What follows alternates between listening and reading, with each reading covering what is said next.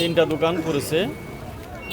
দোকানের নাম হলো Arafat variety store, provider Shafiqul ইসলাম।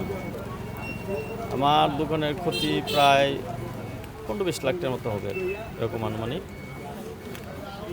আর পাশে আরও 2টা দোকান করেছে, তো আনুমানিক 3টার দিকে সম্ভাবনা, এরকম ধরনের একটা ধারণা। আমাকে 3টা 13 বাজে কল দিছে, আমি 3টা 13 কল পাইয়া 3টা 20 আমি আসছি। আইসা দেখি পুরা ঘর আগুন। তখন ফায়ার সার্ভিস খবর দেওয়া হয়েছে, ফায়ার সার্ভিস আসছে 3টা 40-এ। 3টা 40-এ আইসা তারা মানে আধা ঘন্টা লাগছে ওই পানিটা একটু দূরের থেকে আনতে, আইনা ওইটা নিয়ন্ত্রণ করতে। প্রায় 4টা বাজে গেছে।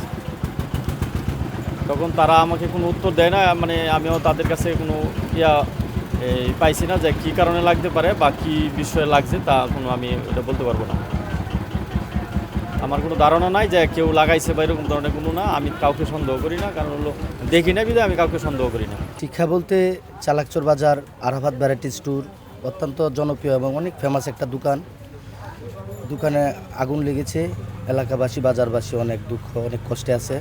তবে সচেতন বলতে বাজারে যতগুলো দোকান আছে প্রত্যেকটা দোকানদার যদি ঘরের তালা মেরে তালাগুলা যদি আবার পুনরায় রিপ্লে আবার দেখে যায় বা কাট আউট মেন সুইচ এগুলো যদি একটু সচেতন থাকে তাহলে বাজার ফিউচারের জন্য প্রত্যেকটা দোকানে অনেক ভালো থাকবে এই প্রত্যাশা করি।